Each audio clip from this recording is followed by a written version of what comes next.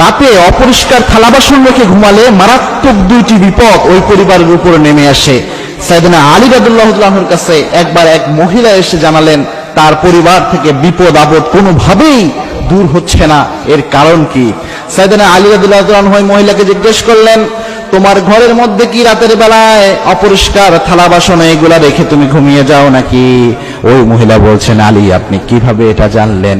আলী রাদিয়াল্লাহু তাআলা বললেন, আল্লাহর হাবিব সাল্লাল্লাহু আলাইহি সাল্লাম বলেছেন, যেই ঘরে অপরিষ্কার জিনিস থাকে, যেই ঘরের মধ্যে দুর্গন্ধযুক্ত জিনিস থাকে, ওই ঘরের মধ্যে রহমতের ফেরেশতা প্রবেশ করে না। আর রহমতের ফেরেশতা যে জায়গায় প্রবেশ করে না, সেই জায়গায় শয়তান জিন, দুষ্ট জিন প্রবেশ করে। সব নোংরা জিনিসের মধ্যে এই দুষ্ট জিনরা প্রবেশ করে। সুতরাং নিশ্চয়ই তুমি রাতে তোমার ঘরের মধ্যে অপরিষ্কার থালা বাসন রেখে তুমি ঘুমাতে যাও, যার কারণে তোমার ঘর থেকে বিপদ দূর হয় না।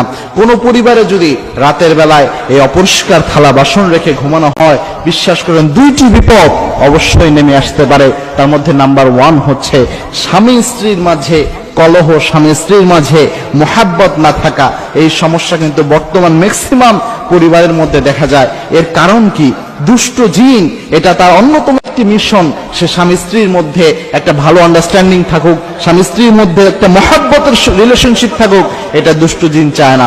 এবং কি ইবলিস সমুদ্রের উপর তার আসন গাড়ে, সমুদ্রের উপর আসন গেড়ে কোন জিন কি অপরাধ সারাদিন করেছে, মানুষকে দিয়ে কি অপরাধ করিয়ে নিয়েছে, এই ডাটা কালেকশন করে।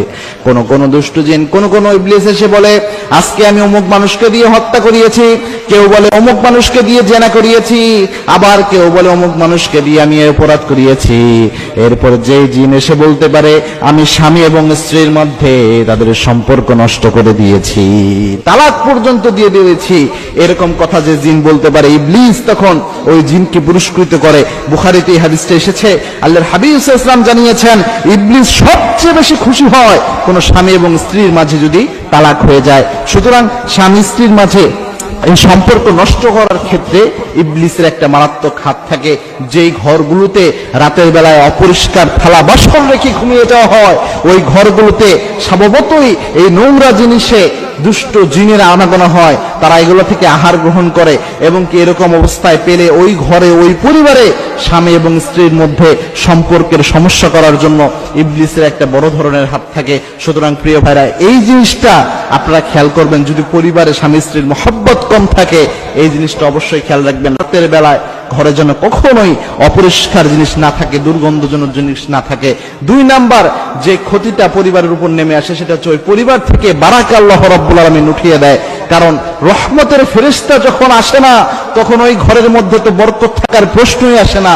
এই জন্য আমাদের উচিত হচ্ছে আমাদের বরকত নিয়ে আসার জন্য, ঘরকে বরকতপূর্ণ একটা পরিবেশ দেওয়ার জন্য, রহমতের ফেরেশতা যেন ঘরের মধ্যে আসতে পারে, এরকম পরিবেশ তৈরি করার জন্য আমাদের ঘরকে পরিচ্ছন্ন রাখা, বিশেষত রাতের বেলায় অপরিষ্কার থালা বাসনগুলো আমাদের পরিষ্কার করে এরপরে ঘুমাতে যাওয়া।